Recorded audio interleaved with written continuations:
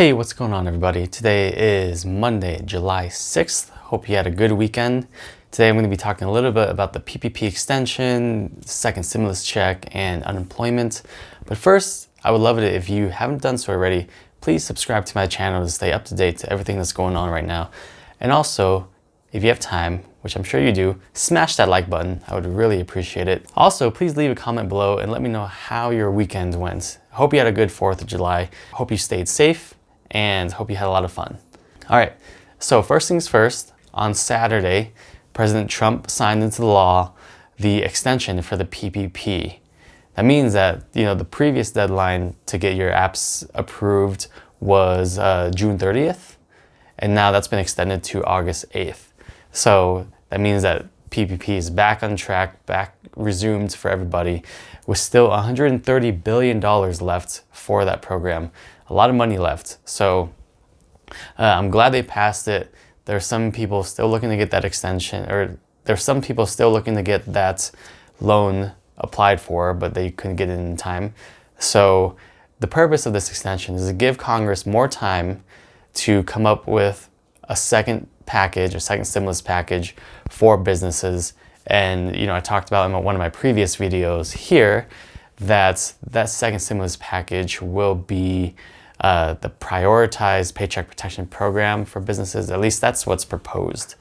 That's going to allow businesses to get a second round of Paycheck Protection Program, basically, after they've exhausted the first round that they got. So looking forward to hearing more on that, and I'll keep you guys updated as I learn more. Also, keep in mind that the PPP is still basically taxable, which means that if you get a PPP loan and you get the amounts forgiven, that forgiven amounts that you use for your expenses will not be tax deductible. Like, your expenses will not be tax deductible. Now, there are a few bills that have been introduced to combat that law from the IRS, but there has been no movement on them. And I think Congress is, it's still something that they value, to make sure that the PPP forgiveness is not tax deductible, is not taxable. But I just think it's not a high priority right now, especially if the economy is still in crisis mode. I mean, they can still pass one of those bills to amend the CARES Act to make sure that expenses are deductible. They could pass it like at the end of the year or even next year and have it still be effective for this year. So I just think it's not a high priority right now. I'll keep checking up on that time to time, and I'll let you guys know if there's any updates on that. All right, so moving on to the second stimulus check. The Congress is currently on recess right now, which doesn't mean that they're on vacation. Like, some people think that they're just hanging out at the golf course or at the beach or whatever. But that just means they're going back to their state and they're doing Congress things at their state, rather than meeting in Washington, D.C. and voting on these bills and stuff and discussing. So they're on recess until July 20th. And that's when they'll come back to Washington, D.C., and that's when they'll continue to discuss these stimulus packages and stuff. And so the most likely package that's going to be passed is the HEROES Act, which was introduced by the House and passed by the House, and now it's in Senate. So Senate will likely make a lot of changes to it, which means that they'll vote on it, and then it's got to go back to the House for a revote on those changes. Okay? Now, Senate Majority Leader Mitch McConnell says that they do want to get a second stimulus package passed before their next recess. And their next recess starts on August 10th. So they'll be in session from July 20th to August 8th. And during that time, they're hoping to get something passed, which means if they pass the HEROES Act, you will likely, I'm not promising anything, obviously, but you will likely see a second stimulus check sometime in August. So what is in the HEROES Act? What are some notable things in the HEROES Act? First is a $1,200 stimulus payment. It's called an economic impact payment for each qualifying individual. I believe the qualifications are going to be very similar to the first stimulus check, where you have to fall under income limits and you can't be behind on like child support and all that stuff. And also the difference in the HEROES Act is that they're going to pay, at least what's proposed, another $1,200 per dependent that you have, up to 3 dependents. So if you're married with 3 kids, you can be eligible for a $6,000 stimulus check total, which is pretty good, right? It's not bad, not bad. If you're single and you fall under the income limits, you'll receive a $1,200 check. Simple as that. So that's looking like the most likely scenario right now. There have been a lot of proposals for monthly stimulus checks and $1,200 a month, $2,000 a month, $4,000 a month. Those right now, it doesn't seem very likely that those will pass. Another thing that's proposed in the HEROES Act are payroll tax cuts for employers to kind of incentivize them to rehire their employees. There's going to be a proposed $4,000 travel credit to make sure people get out there and start traveling, because as you know, the tourism industry is taking a huge hit at the moment. Airlines, hotels, all that crap has been taking a huge hit. So I think they're trying to stimulate that industry. There will be an incentive to return to work. And there was also talks about student loan forgiveness, like up to $10,000 per individual. It seems like that's looking more and more unlikely because the stimulus checks will cost so much money.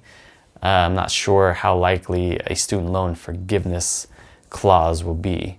So I'm not holding my breath on that one, but just want to let you know that was something that was proposed.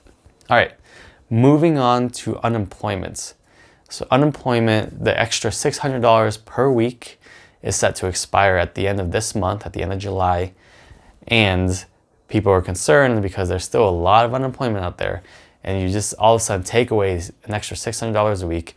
What's going to happen? It's going to be a huge tank. So Senate Democrats have introduced a proposal. It's not even a bill yet. It's just a proposal to extend the $600 a week benefit. And the way that they're doing it, the way that they propose, is that the benefits will extend and it will gradually decrease based on your state's unemployment rates. So if your state's unemployment rate is above 11% or above, then you'll still get the full $600 a week benefit.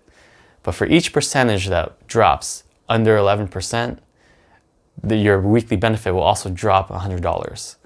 So once your state's unemployment rate reaches 6% or below 6%, then there's no more federal assistance here. Okay? So their proposed plan is $600 a week down to zero, and it like phases out basically.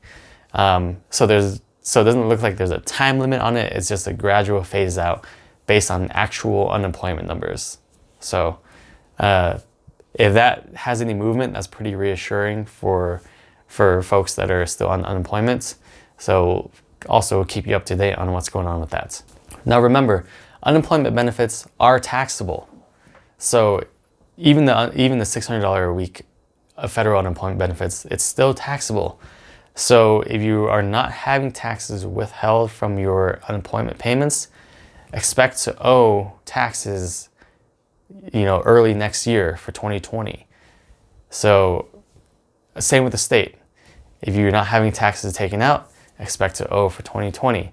So just keep that in mind. I definitely recommend having your taxes taken out so you don't minimize your risk of having any payment penalties and stuff like that. But if you don't, and you're not having your taxes taken out, please be prepared to pay taxes. Please at least save some money or something. Be prepared to pay those taxes next year so you don't get in more debt with the IRS or with your state. All right, now I'm going to read some questions from my last video or last few videos. Let's see, Andrew Woolsey. This is about the EIDL grant. I do web design on the side. I applied, but I am more interested in the grants than the loan. Can I turn down my loan offers and still receive the grants? Angela, yes, you can.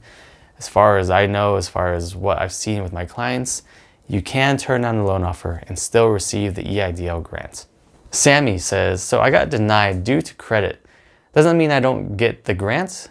I have a cleaning service. I always found someone to drive me and gave them a percentage of my pay for their assistance. Do I add that as a second employee? All right, so if you got turned down for credit, you will still receive the grant, hopefully. The reason I say that is because one of my clients got declined due to credit. and they still received the grant. Second part of your question, you have somebody drive you around and give them a portion of your income. That does not sound like an employee. An employee is somebody who is paid a paycheck via W-2. And that just sounds more like an independent contractor. So that person does not qualify as an employee.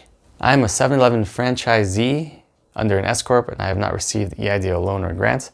They're telling me I'm ineligible for the grants because I'm a franchisee, but other 7-Eleven franchisees have received the grants. So if you are a franchisee listed under the SBA's directory, then you should be eligible. So it's possible you did not pick the checkbox, you didn't check the checkbox that says you are a franchisee under one of the SBA directory franchises. So I would call the SBA and make sure you have done that, and make sure you listed properly that you're a 7-Eleven franchisee, all that stuff. So that could be the reason why you're ineligible. I would call the SBA, I would file for reconsideration to get your loan processed and your grant processed. All right, CD Kun. This is about the PPP. I am self-employed and have stopped work since late February due to I missed the June 30th deadline to apply, and now it turns out has been extended to August 8th. Can I apply this time, and who's the provider to apply with? Yes, you can apply this time, and I would apply through somebody like bluevine.com or cabbage.com, cabbage with a K. So check out those two lenders there. All right, that's all I got for today. Thanks so much for stopping by. I really appreciate it. If you haven't done so already, again, please hit that subscribe button and also smash that like button. I would really appreciate it. I'll see you tomorrow. Take care for now.